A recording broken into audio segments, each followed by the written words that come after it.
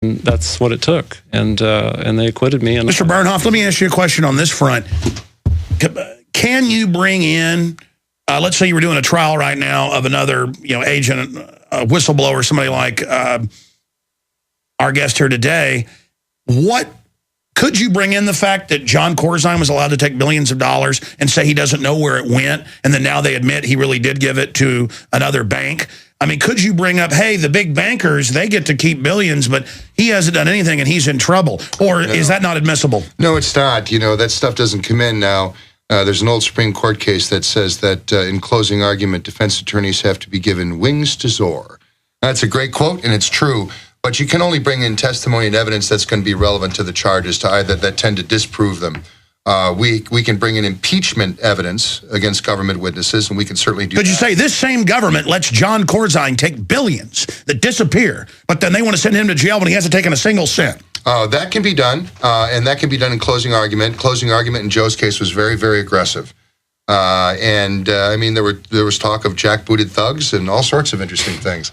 But no, you can do that. Testimony and evidence is one thing, but closing argument, you can draw parallels. You can put it to the jury that they've got a decision to make, that there's a double standard operating here, and that the government is not behaving correctly towards your client, the defendant, who's in the block, and stands to go to prison for 15, 16 years. Finishing up with Wesley Snipes, we got a final segment. You guys can talk about whatever you'd like. I'm just in awe here, hearing all of this. You had gotten to the point of how they were trying to try the case in the media and claiming he'd run from justice. And I remember right away in the news, you guys went, this is propaganda. He was always intending to be here. Here he is. Right. We had to, whatever jury was finally in that box in the courtroom, and I'll tell you something, Judge William Terrell Hodges was an excellent judge. He's very hard-nosed. But I tell you what, he was a great evidence man, a great evidence judge, and he gave us a fair trial. Now, we fought for that fair trial through motion practice, and there's a certain thing that happens between advocates and federal judges who preside over particularly criminal trials, and you either obtain a respect for each other or you don't. But nobody gets any respect in the federal criminal process by not being aggressive and advocating zealously for your client. But in the Snipes case, you've got to get people to reject that propaganda, the misinformation, and we consistently said, look, 12 people are going to be in that jury box, and they're the ones who are going to hear actual testimony and evidence, not rumor, not innuendo, not propaganda, and those are the themes that we beat. We drilled those themes, and we had to. I did a walk and talk with Steve Barrett, great reporter from Orlando, a TV station down there, and we pummeled back against this propaganda. If you don't do that, those jurors are going to go in there with absolute misinformation in their minds, and they won't pay attention to the actual truth, the actual testimony and evidence, and then you're in trouble. And that's when you lose, and that's when you get convicted. And that's what would have happened down there, no question about it. The other thing is there was some discovery violations in the Snipes case. Those never became really public. We were really put to it by the prosecution team. They were revealing sometimes hundreds of pages of crucial documents the day after a particular trial day at 5:30, and we had to spend all night mastering that material so we could step up the next morning. It was a very, very difficult. They were hoping you'd be lazy and go back to the hotel and get a scotch, but you'd have to stay up all night. I'll tell you something, people have a misapprehension of how trials work. Once you go, we call it going into the trial hole. You go into the trial hole, you are off the grid. You don't even know. If you're a winner. Absolutely. You've got to be prepared to get a couple of hours of sleep a night, take it seriously, and the work is extraordinary. Nobody sees that. That's all that work that goes behind the scenes. Joe can testify to that. How many nights? And the defendant better jump in and paddle along. That's another thing. People think high-powered lawyers, because the media acts like they just show up in a helicopter and win because they're no. It's a real work. And some of it's extremely tedious. You got a case. The Snipes case had over 1 million pages of discovery documents. You don't master those documents, you're going to lose. And that's the sort of paging through page after page after page. I mean, that's where the nuggets come from. Yeah, I think you had 58 boxes of discovery, a couple 100,000 pages. So that's the sort of work that goes on behind the scenes. Trial success is a function of knowledge, skill, experience, but most importantly, mastery of the facts and the documents. If you're not willing to get dirty, roll up your sleeves with your team and your client like Joe, who helped us through his discovery, and drill down night after. Well, that sounds like life in general. I mean, the system counts on us just being lazy, buying the surface. We'll be right back. Final incredible segment with both our guests. I'm Alex Jones, Infowars.com. Besides, who to free? We're ending this segment this interview with a good song. Won't be treated. Johnny Cash, When the Man Comes Around. There'll be a golden ladder reaching down. When the Man Comes Around. Robert G. Bernhoft, probably the most, I mean, I can't think of anybody more preeminent than you when it comes to tax stuff. Honored to have you. And I can't think of somebody more honorable and preeminent when it comes to standing up for what's right. They ought to make a movie about your life. Joe Bannister, agentfortruth.com, agentfortruth.com. And again, bernhoftlaw.com, BERNHOFT law.com. We'll make sure both these get linked up at Infowars.com today. And if you're a radio listener on XM or on our 100-plus stations, by tomorrow, we will have this up on YouTube for everybody, not just people watching at Prisonplanet.tv. And so please get this video and get it out to everybody. That's a question I have for you, Robert. When does the man come to town? Because earlier you said we're treading water between North Korea and liberty. We're going to choose one or the other. We're going to go back the other direction towards freedom, or we're going to go down the black hole. I mean, is the man going to come around? People are waking up, but the system is deciding to go with tyranny. How do you see this with your considerable gravitas? How do you see this ending? I mean, what's your gut tell you? Wow, that's a heavy and loaded question. It's a great one. In my sphere, putting aside from politics, if we don't stop, if we don't stem this epidemic of investigative and prosecutorial misconduct, we're in deep trouble.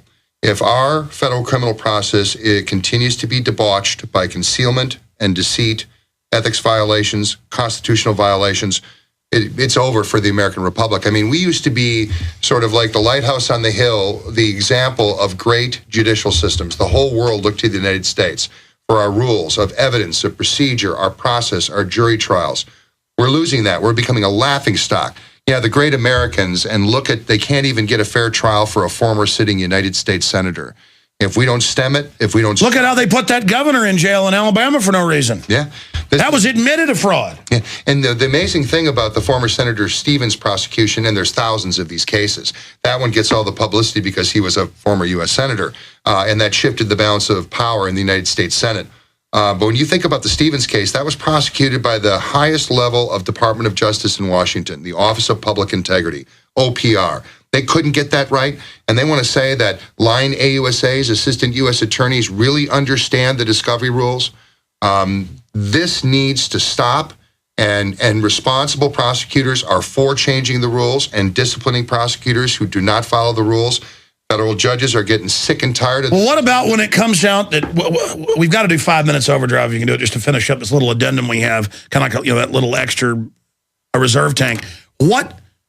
How do they get away with this? Because more and more it's just coming out that the sky's the limit. I think they're doing it on purpose, basically. Well, the incentives are to win at all cost.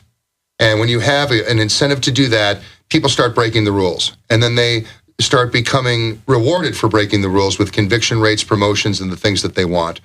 And then they recognize that they never get caught. And if they do get caught, they never get punished. Well, you saw the case in Williamson County. It's a famous one where they knew the guy really didn't do it, and they suppressed evidence, and they tried to keep the guy in prison. I mean, how does somebody try to put in people who aren't even criminals? It's bad enough to set up an ex-con and send them away, but, well, they shouldn't have been out. But now it's just set up totally innocent people? Yeah, you look at the prosecutor in the non-rape Duke lacrosse case, for example, which, of course, no rape occurred. And that was all politics by that prosecutor. He's the only prosecutor that's been meaningfully disciplined for massive government misconduct in a very, very long time. So what happens is, even if the judge makes what's called a judicial referral of a prosecutor to the Bar Association where that prosecutor has his license, the bars don't discipline the prosecutors. Tell you what, back in 1 minute of 5 minute overdrive, I've got to hear more about the lacrosse case. Stay with us. G. Bernhoft has been our guest with Joe Bannister for the last hour. We had Max Keiser on earlier, breaking down the financial meltdown that's happening as a fraud in government and the big mega banks. BernhoftLaw.com is the excellent website of probably the top tax lawyer out there. And then we also have Joe Bannister's website. You have several websites, don't you? Agentfortruth.com. JosephBannister.com and FreedomAboveFortune.com. And that's the original one, FreedomAboveFortune.com. Okay, we've only got 4 minutes left. Overdrive here. If finishing up with other points that you think are important for people that we forgot to get to. Well, you asked me a question before, Alex, about where I see things going. And that's always a tough thing to reach into the crystal ball and see it. But I'm really hopeful that particularly the young generations, I see my children, I see some of my age peers' children, they pay attention, they think more critically. I think we had a couple of lost generations. I'm hopeful that this new generation is paying attention. I know they are. I talk to my children's friends. These kids are engaged. I'm encouraged by all the youth that are supporting Ron Paul and backing Dr. Paul. And I know there's been some controversies with that. But the bottom line is I don't care which political tack they want to take. I want these kids to get out there, get awake, pay attention, and start holding people accountable in your local, your city, your county, your state government, your national government. By the way, the system, you're right. You've got your finger on the pulse. They have been bemoaning that this new generation, 20 or under, really don't trust the government, and they don't like abortion even though we push it. And they don't like corruption. And they like guns. And they like freedom. Yeah. Well, yeah, they're rebelling against their control freak, North Korea-loving, weirdo, corporate, commie parents. And they're sick and tired of what they're watching on the TV. And that's why they're streaming to shows like this to get unbiased, different viewpoints. My daughters, they won't even watch the nightly news. They understand that that's absolute propaganda and corrupt propaganda at that. So I have hope for America. I think this generation that's coming up right now, between 15 and 25, they're going to make a difference. And it's our job. We're all older than they are. It's our job to set some leadership examples and give these kids something they can sink their teeth into, get politically active so that they know they don't have to become, desperate and weary by the fight. We need to give them hope. The fight's exciting. It is. Doing the right thing's exciting. It sure is. Robert G. Bernhoft, let me ask you this question in closing. We know what woke Joe Bannister up. What woke you up? How'd you get on this path? I've always had a problem with authority, Alex. And I think that's true. This goes way back when I really despise and have a hatred for bullies, and for people who claim to have power that don't have the authority that's supposed to be behind the power, victimizing and abusing people who can't fight back. It's always been a problem for me. I think that's one of the reasons I'm motivated to do the work I do, and so that's how it works for me. You're stopping bad people. Yeah. And we're helping good people like Joe and people all over the country. And that's exciting. It's really a blessing to be able to make a difference. I think all three of us are on the same page. That's why you got into law enforcement. I saw the police dealing drugs. I didn't even use them. I drank beer. I saw the police dealing drugs where I lived in Dallas. And then arresting people for drugs that somebody they'd sold to had sold them. And the cops would pull me over and want to search my car because I went a few years high school there and a few years here. That's why he had to move down here because they were threatening to kill me. My dad's lawyer called and said, the word is they're going to kill your son if you don't move him out of the school district. And we said, well, whatever. We'll sell the dental office and move to Austin. My mom already wanted to. But in closing, I'm telling that story. And the cops would pull me over and I'd go, I don't deal drugs like you. They would get so mad. They'd arrest me for no reason. My dad come get me out. Yeah. That was my wake up. Dangerous to be right. I'm like, you're dealing drugs and you want to search my truck? Is what you're saying? Just it's important to put the word out to all the people in law enforcement and government. Do a little anatomy. Remember your anatomy class? You've got this little bone down the center of your back. It's called your spine. Exactly. And by the way, the cops that were doing that in Rockwall, Texas, 6 months after we moved out of there, they all got basically arrested for drug dealing. By the feds, though, who were actually bringing it in to begin with. Amazing interviews, gentlemen. Mr. Bernhoft, thank you so much for joining us. And, of course, Joe Bannister, we love you, brother. Thank you. Here with a message to fellow free